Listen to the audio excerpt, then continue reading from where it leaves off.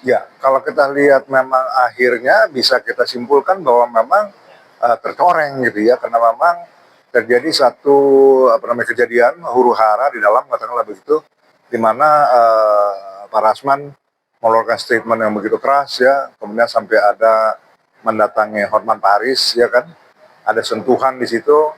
Nah ini kan menjadi debatable yang panjang karena banyak yang mengatakan bahwa Rasman mau memukul Hotman Paris ya kan. Tetapi sepanjang yang kita lihat, saya amatin di videonya, nggak ada niatnya Rasman mau memukul Hotman. Dia mendatangi katanya hanya mau mengatakan bahwa ntar kita buka-bukaan ya, gitu loh. Nah, mungkin ini lagi memang emosi karena memang hakim sudah memutuskan di awal persidangan bahwa akan terbuka ya peradilannya. Ternyata mendadak pada waktu mau pemeriksaan Hotman Paris, ya kan, sebagai saksi pelapor, hakim menyatakan tertutup. Nah di sana terjadi perdebatan ya, karena mungkin si Rasman juga shock gitu kan, kok tiba-tiba hakim mengambil keputusan begitu, dia berontak. Saya bisa memahami itu. Kenapa saya bisa memahami? Karena dia sebagai tersangka ya, sorry, udah di pengadilan itu sudah terdakwa gitu ya. Dia kan udah kebayang gue masuk bui dong ini. Artinya sebagai manusia instingnya berjalan bahwa saya harus membela diri saya. Siapa lagi membela diri saya? Nah, dia sudah mengajukan untuk supaya sidang terbuka. Tujuannya adalah mau mengungkapkan, ya kan? Nah, masalahnya sekarang harusnya pelapor dalam hal ini Hotman Paris ya harusnya berani gitu loh untuk dibuka. Karena kan yang dituduhkan kan Rasman melakukan pencemaran nama baik, ya kan? Nah, dia yang didakwa gitu kan, maka dia duduk di kursi terdakwa. Tapi kok kelihatannya ya, saya nggak tahu nih dugaan, kok kelihatannya malah uh, kayak ada katakanlah dugaan kesepakatan gitu bahwa pada waktu Hotman diperiksa atau si Rasman diperiksa gitu ya, tidak dibuka secara umum gitu, nggak terbuka gitu sidangnya, menghindar karena memang Rasman akan membuka gitu ya, membuka chat-chat yang pembicaraan antara istri Hakim sama si Hotman Paris gitu ya, dan urusan-urusan lain lah. Nah hakim menganggap bahwa ada di sana kaitannya dengan asusila. Padahal kan udah dibilang bahwa yang mau sampaikan itu hanyalah chat tertulis, tidak ada gambar, tidak ada video, tetapi ya hakim tetap berkeputusan bahwa itu harus tertutup. Terjadilah keributan itu. Nah keributan itu memang sampai ada statement yang keluar, ada teriak-teriakan, kemudian salah satu kuasa hukumnya Rasman juga naik di meja, dan kemudian juga KAI sebagai organisasi yang menaungi dia juga sudah mengambil keputusan. Saya lihat kemarin bahwa sudah dipecatkan gitu kan. Tapi yang saya mesti koreksi bahwa janganlah kita melampaui batas kewenangan. Artinya gini, setiap orang yang bersalah itu ada proses hukum yang mesti dijalani. Demikian juga organisasi, pada waktu anggotanya melakukan pelanggaran kode etik dianggap ya dengan bikin rusuh di pengadilan, ya dia dilini aja gitu ya. Banyak kok institusi polisi, institusi kita militer yang melakukan pelanggaran-pelanggaran kode etik, bahkan sampai ada katanya kita tahu ada kasus pembunuhan yang dilakukan oleh militer, oleh polisi. Mereka sudah ajukan untuk dilalui dulu masalah persidangan kode etiknya. Sementara ini kan nggak melalui persidangan langsung dipecat. Saya pikir itu yang agak kurang pas ya, agak terlaluan gitu. Oke. Pak, emang biasanya kalau penetapan sidang terbuka atau tertutup itu sebelumnya apa yang pas saat persidangan itu berlangsung, Pak? Kalau yang saya dengar ini saya tahu dari awal persidangan udah dinyatakan kan terbuka. Di tengah-tengah pada waktu mau si Rasman mau diperiksa, ya kan, atau si Hotman Paris mau diperiksa sebagai saksi pelapor, baru nyatakan tertutup. Makanya Rasman itu apa namanya berteriak bahwa dia udah mau membuka karena begini, dia kan menuduh ya kalau kita berdasarkan pasal 310 KUHP, siapa yang menuduh seseorang? Karena Rasman mengatakan dia melakukan pencemaran, ya kan? Nah, artinya sekarang Rasman yang dilaporkan. Rasman sebagai terdakwa, ya harusnya Rasman takut loh diungkap. Kenapa? Yang melakukan pencemaran pasti dia kan namanya kan sebagai dia sebagai terdakwa. Sementara kelihatannya kok malah si pelapor yang takut untuk si Rasman bersuara gitu loh. Ini ada apa gitu ya?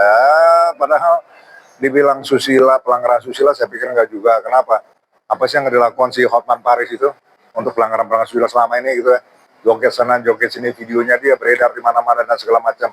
Kita bisa buktikan, saya punya buktinya gitu. Jadi nggak usah sok moralis banget lah gitu. Artinya hal-hal yang nggak penting diributkan jadi diributkan. Akhirnya gaduh ini orang-orang Republik ini. Padahal masih banyak hal-hal penting yang kita lebih perhatikan gitu untuk yang Kalau lain-lain. atas kejadian ini apakah akan memberatkan Rasman dan juga Firdaus gitu? Ya kita lihat aja ya, saya nggak mau memprediksi, tapi yang jelas tadi pagi saya baca, tadi siang saya prihatin juga bahwa KPN Jakarta Timur bersama Ketua Pengadilan Tinggi sudah melaporkan ya ke Polres atau ke Polda mungkin kalau nggak salah saya ya.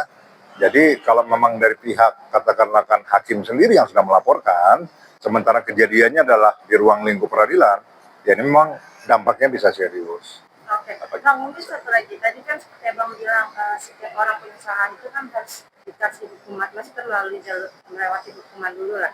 Ya. Kan? Untuk Firdaus mungkin baiknya jangan langsung dipecat atau seperti apa nih Bang? Diberi hukumnya? Nggak boleh langsung dipecat, harus dikasih kesempatan membela diri. Even memang sudah ketahuan, memang dia katakanlah dianggap keterlaluan, betul-betul dia memang dianggap sudah memenuhi unsur contempt of court-nya karena tidak menghargai, naik meja, teriak-teriak segala macam. Tetapi tetap ada proses. Ya kan organisasi itu kan adalah tempat menaungi anggota. Jadi kalau organisasi langsung kayak petang palu, lu anggota salah, jeder, oh apa gunanya dia selama menjadi anggota? Dia bayar loh iuran anggota, ya kan? Kemudian dia menyatakan dia menjadi anggota dari salah satu organisasi, katakan, itu kan dia menundukkan diri di sana, ya kan? Dia memberikan dirinya untuk diayomi, ya kan? Tetapi pada waktu dia bikin satu kesalahan, organisasi nggak mengayomi dia, langsung dipecat. Itu saya pikir sangat-sangat berlebihan. Oke, tapi cukup prihatin nggak sih Pak atas kejadian ini kan sesama? Ya prihatin dong, apapun juga kan kita kan sesama advokat kan mesti harus saling menghargai, ya kan? Kepada pihak hakim juga, pihak jaksa juga harus saling menghargai. Jadi saya pikir terjadinya keributan itu adalah ketidaknetralan hakim juga. Jadi evaluasi semuanya, tidak netral hakimnya, ya, kemudian berpihak kan gitu kan. Kemudian tidak juga punya kebijaksanaan sehingga dia nggak mampu mengatasi persidangan dengan baik. Kalau dia mampu mengatasi persidangan dengan baik, tentu nggak jadi seperti ini, ya kan? Terakhir Bang, mungkin dengan adanya kasus ini kan cukup kisru ya, cukup mencoreng nama lawyer lah atau buku. Ini mungkin dari Abang sebagai lawyer senior ada nggak sih saran atau himbauan lah untuk lawyer-lawyer yang muda atau nanti akan menjadi lawyer, jangan terjadi lagi nih hal seperti ini. Oh iya, ya saya pikir itu harus ya. Saya tentunya sebagai yang sudah lama berkecimpung, katakanlah mesti menyampaikan ya, menyarankan kepada yang muda-muda, ikutin aja atur. Kita punya panduan, ya kan, kode etik. Bacalah kode etik dengan cermat, sehingga pada waktu menjalankan tugas atau fungsi kita sebagai advokat, sebagai lawyer, kita tahu loh, rule-nya tahu gitu, mana yang boleh, mana yang enggak. Kalau kita udah pahami itu, kita tentunya kan diingatkan untuk tidak melanggar. Dan pada waktu kita nggak tahu mengenai aturan itu, tentu terjadi. Itu yang pertama. Yang kedua adalah penguasaan diri. Itu yang paling penting saya pikir. Kita tahu aturan, orang tahu lampu merah nggak boleh ditabrak. Tapi pada waktu dia buru-buru ditabrak juga lampu merah. Itu namanya penguasaan diri. Dalam hal ini juga lawyer-lawyer muda, kuasai dirimu. Ya, kamu lihat senior-seniormu akhirnya bermasalah dengan hukum karena memang tidak bisa menguasai diri dengan baik, terutama di dalam menjalankan profesinya sebagai advokat, ya kan? Kemudian apa akhirnya? Ya akhirnya bermasalah dengan hukum. Ya kita lihat aja nanti gimana akhirnya. Saya pikir gitu ya. Yuk.